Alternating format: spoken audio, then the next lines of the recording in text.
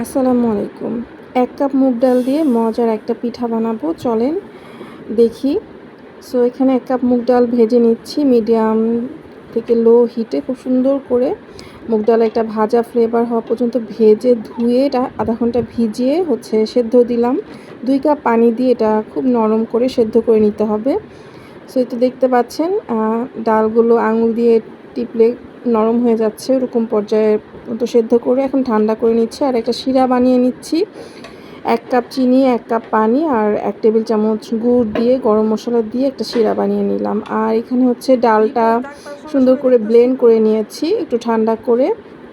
দেন এখানে ১ কাপ চালের গুঁড়ো দিয়ে খুব ভালো করে মিশিয়ে নিচ্ছি।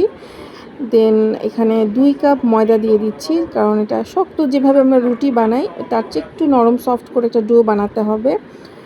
এই তো সুন্দর করে লো হিটে রেখে ডোটা করে নিয়েছি। আর একটু ঠান্ডা হয়ে যাওয়ার পরে এখন ঘি দিয়ে ডোটা সুন্দর করে মসৃণ একটা ডো করে নিব। আর আপনারা চাইলে তেলও ইউজ করতে পারেন, তবে ঘি ইউজ করলে একটা সুন্দর ফ্লেভার আসে, একটা শাহি ফ্লেভার আসে এবং খেতেও ভালো লাগে।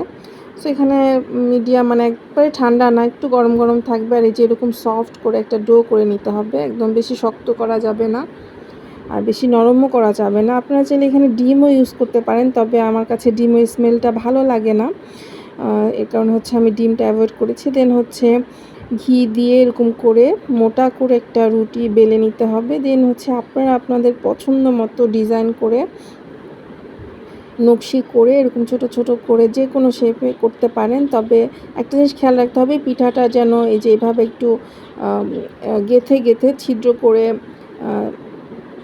ডিজাইনটা করতে হবে, যেন ওই পাশ থেকে একটু মাঝখান থেকে ছিদ্র হয় এবং ভাজার সময় একটু ক্রিস্পি হবে।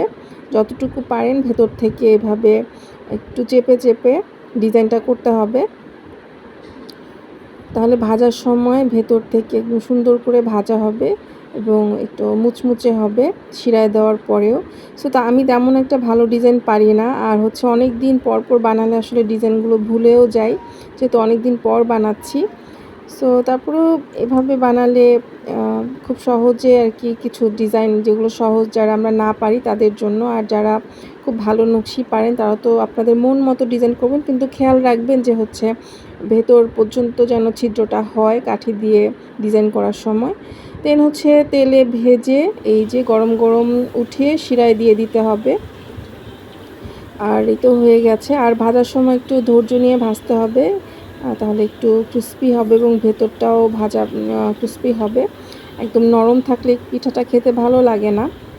এই তো তৈরি হয়ে গিয়েছে মজাদার মুগ পাকন পিঠা। আপনারা কিন্তু এভাবে ঘরের উপকরণ দিয়ে খুব সহজেই অল্প সময়ের মধ্যেই বানিয়ে নিতে পারবেন মজাদার মুগ পাকন। আমার ঘরে সবার তো খুবই পছন্দ এবং মাঝে মাঝে বানালে, মাঝে মাঝে তো বানানো হয় না, অনেকদিন পর বানালে সবাই খুব খুশি হয়ে যায়।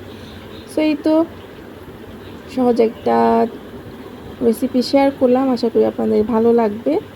তো আজকের মতো এখানেই বিদায় নিচ্ছি। আপনারা সবাই ভালো থাকবেন, সুস্থ থাকবেন। আল্লাহ হাফেজ।